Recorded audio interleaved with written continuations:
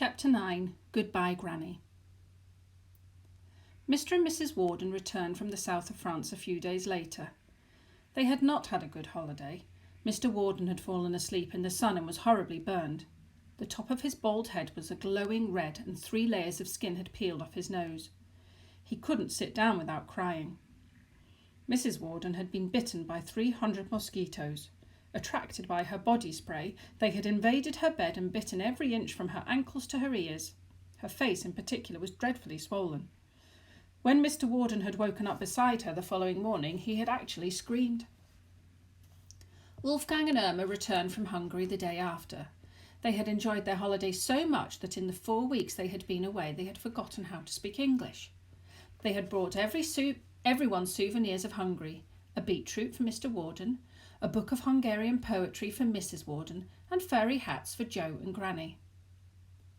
As for Granny herself, Joe had seen little of her after the events in Bideford. They had been released from hospital after one night's surveillance and had travelled back to London on the first train. The police had asked them a lot of questions, but both of them had pretended they were asleep when the hotel exploded. Joe had hated doing it, but he knew he had no choice. He was only 12. Nobody would have believed him. Even so, he got grim amusement from reading the newspaper the following day.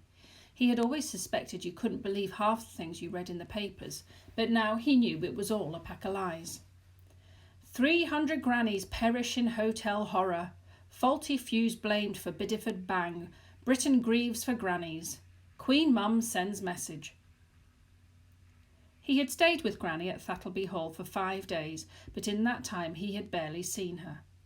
When his parents got home, she had left without saying goodbye.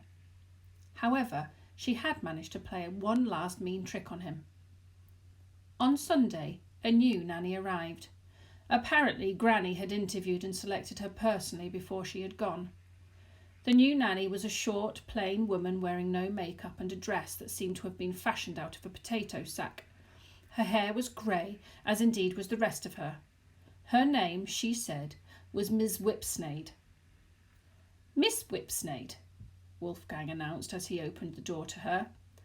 I said Ms, the new nanny exclaimed, dropping her suitcase on Wolfgang's foot. It turned out that Ms. Whipsnade had worked for 16 years as a social worker before going into politics. She was a communist and had stood for Parliament 7 times. At the last election, she had got 4 votes against the winner's 26,580. Even so, she had demanded a recount. Ms. Whipsnade was also a strict vegetarian and actually wept when she saw Joe's leather shoes. Neither Mr. Warden nor his wife were entirely sure about the new arrival, but as Granny had already offered her the job, there wasn't much they could do. And so Miss Whipsnade was shown to her room, which she promptly declared a nuclear-free zone. She also tore off all the wallpaper in the mistaken belief that it had been printed in South Africa. On the following Monday, much to his relief, Joe went back to school. He had hardly slept at all since that night in Bideford, and there were dark rings around his eyes. It wasn't just the horror of the Granny-matic enzyme extractor that had almost faded in his mind. Much, much worse was his last encounter with Granny. Outside in the wreckage. Her words seemed to hang like cobwebs in the darkness, and her beady eyes and twisted mouth were somehow always there, just out of sight. He realised now that he was more afraid of Granny dead than he was of her alive. And that, of course, was exactly what she had intended. Alone in his room, Joe counted the hours until daylight and the days until he would be back at school. There at least he would be surrounded by young, happy, normal people. He felt safer with other children. Other children were all right. Anybody old, the headmaster, the dinner lady, the caretaker, the lollipop lady, now belonged to another twilight world. Joe looked at them and he was afraid. Time passed and for a while everything was all right. Then Granny fell ill. Joe first heard the news one afternoon at school. After lunch he was called into the headmaster's study. The headmaster, a white-haired man of about 60, was called Mr. Ellis. He had been a teacher for 44 years, even though he was allergic to children. He was sitting in a large leather chair when Joe came in. "Do sit down, Warden," he said. "Sit down." That was when Joe knew it had to be bad news. Mr. Ellis sneezed. "I'm afraid I have some bad news for you, Warden. It's your grandmother." She's not dead, is she?" Joe exclaimed. No. The headmaster was surprised by the boy's alarm. He sneezed twice more and tried to shrink into his chair. "No, but it's quite serious. Pneumonia." "She can't die," Joe whispered. "She can't." Mr. Ellis blinked. "I have to say, it's rare to find a boy so fond of his granny," he muttered. He pulled out a handkerchief and dabbed at his eye. "It does you credit, Warden. I'm sure she'll be all right, but in the meantime perhaps it would be better if you went home." Joe returned home that afternoon. The new nanny was in his room, painting pink triangles on his walls to show her support for the gay movement. She had also donated his bed and all his books to the Cuban miners. "How's Granny?" Joe asked. Mr. Whipsnade blinked.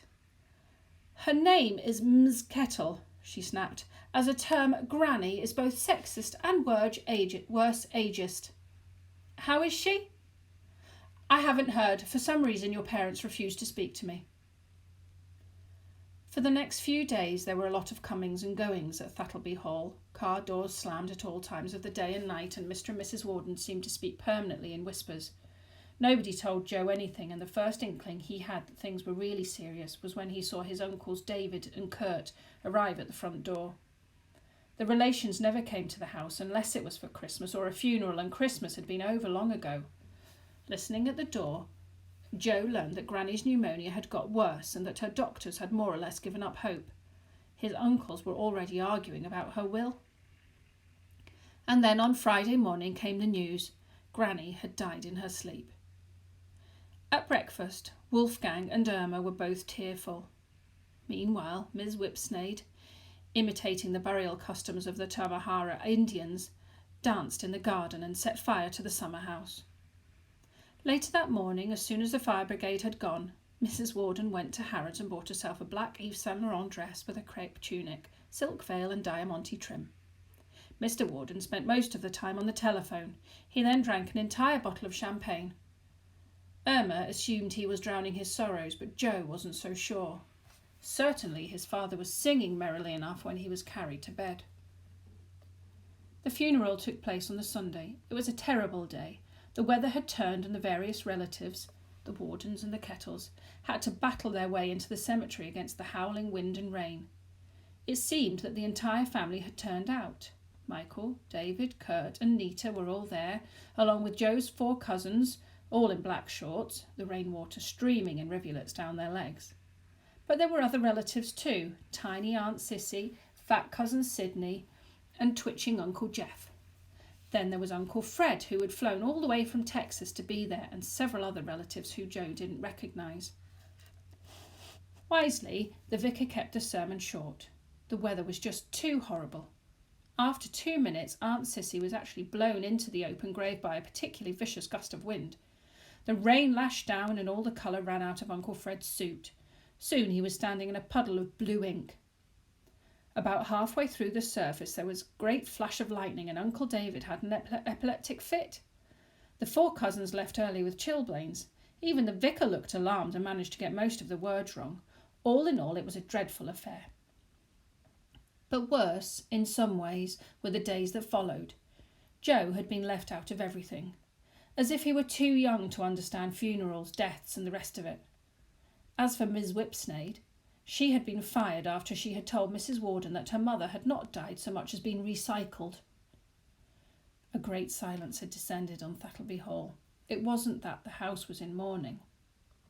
That would have been perfectly understandable. No, it was something altogether different and more difficult to explain. For his part, Joe was terrified. "I'll come back."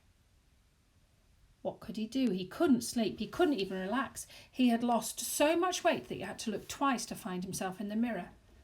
At any time he expected to see Granny return. How would it happen? Would she dig her way out of the grave and return dripping mud and slime to the house?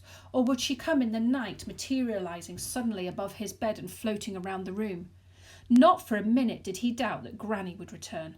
She had promised it, and he had certainly seen the certainty in her eyes. Inevitably, Joe himself fell ill. His temperature shot up to 103 and the sweat poured off him as he tossed and turned in his bed.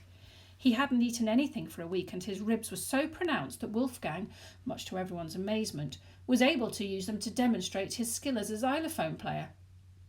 Doctors were called in, and after listening to Joe's feverish cries, announced that he had been traumatised by his granny's death. It seemed more than likely that he was about to join her. Joe did have moments when he was cool and rational. It was at these times that he tried to work out what to do. He knew he was afraid, that he was actually being scared to death by the memory of what Granny had said, and he also knew he had to tell someone about it. That was the only way to bring the nightmare to an end. Tell someone and they'd be able to face it together. But at the same time he knew there was no one. He couldn't go to his parents. Mrs. Jinks and Mr. Lampy were both gone. He was on his own. And then the postcard came. It was addressed to him, written in neat block capitals. On the front was a picture of Bideford. On the back was a simple message. The truth will always come out. That was all. The card was unsigned. Joe thought long and hard. He knew he had heard the words before, but he couldn't remember where. The only clue seemed to be the picture of Bideford. He had often wondered who it was who had freed him from the enzyme extractor while the lights were out, and had played the voice in his mind over and over again. He had always assumed that it must have been one of the grannies who had taken pity on him and who had perished in the blast. But now, looking at the card, he wasn't so sure. The truth will always come out. Who had said that to him and when? From that time on, Joe began to recover. It wasn't just the fact that he knew that, after all, he did have a friend. It was also his belief in what the postcard said. The truth was important. The truth mattered. It mattered more than the fact that he was only 12 and that his story was completely preposterous. People like Granny, all bullies in fact, only managed to survive because they lived behind the truth. Once people knew them for what they were, they would be powerless. One evening, a week after the funeral, Joe got out of bed and went downstairs. His parents were in the sitting room watching television. It was the Money programme, his father's favourite, but even so he pressed ahead. Joe told them. He turned off the television and told them everything that had happened since Christmas and the toy robot. He told them about the cream cheese tea, the death of Mrs. Jinks and his suspicions about the death of Mr. Lampy. Then he told them what had really happened in Bideford, what had caused the explosion and how he had escaped. Mr. and Mrs. Warden listened to all this in complete silence, but when he had at last finished, Mrs. Warden stood up. "Is that all?" she asked. "Yes," Joe said. He cast his eyes down. The room was suddenly like a refrigerator. He could feel his mother's anger chilling him. "You do realise that's my mother you're talking about?" "Yes." Mrs. Warden let out a single sob. "We'll discuss this in the morning," she said, and walked out of the room with her nose in the air. "Look where you're going," Mr. Warden shouted. There was a loud clunk as Mrs. Warden hit the corner of the door, then she was gone. "Now look what you've done," Mr. Warden snapped. He did the same to his cigar, even though it was only half smoked. "Lost your marbles, have you?" he asked. "Father?" "I've heard some pretty daft stories in my time," he said, "but that one takes the biscuit. And on the subject of biscuits, it's time for my hot milk. I'll talk to you in the morning, young man." Joe watched his father leave. For the first time in more years than he could remember, he felt hot tears brimming on his eyelids.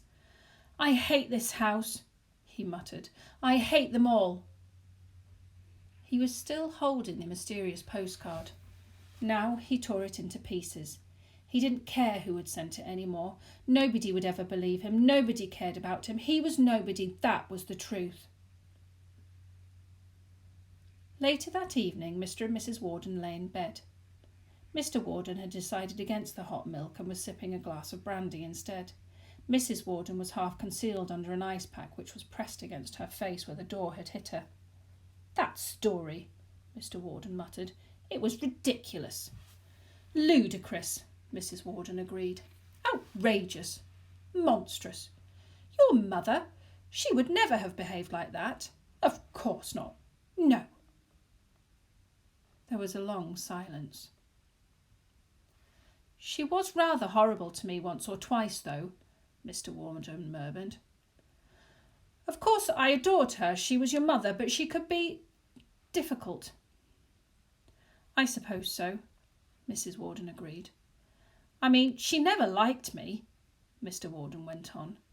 "When I asked if I could marry you, she poured tea over me, and her wedding present to us, 12 fish fingers. That wasn't very generous." "She could be worse," Mrs. Warden murmured. "When I was a little girl, she made me share my room with 2 lodgers, one of whom, Mr. Baster, had very unsavoury habits. And do you know, she never took me out once, not in my whole life." "Really?" Mr. Warden was genuinely surprised. "Not even shopping. She never had any time for me. She once told me she didn't want children. She even tried to abandon me. She left me in a basket on the steps of a police station." "Good Lord, how distressing!" "It was very embarrassing. I was 16 years old." Mr. Warden reflected. "Your father adored her, though," he said. "Yes, he did adore her, only he forgot their anniversary once and she never spoke to him again." "She was a hard woman." "Oh, yes." Both of them sat in silence again. Then Mr. Warden scooped a cube out of his wife's ice pack and added it to his brandy.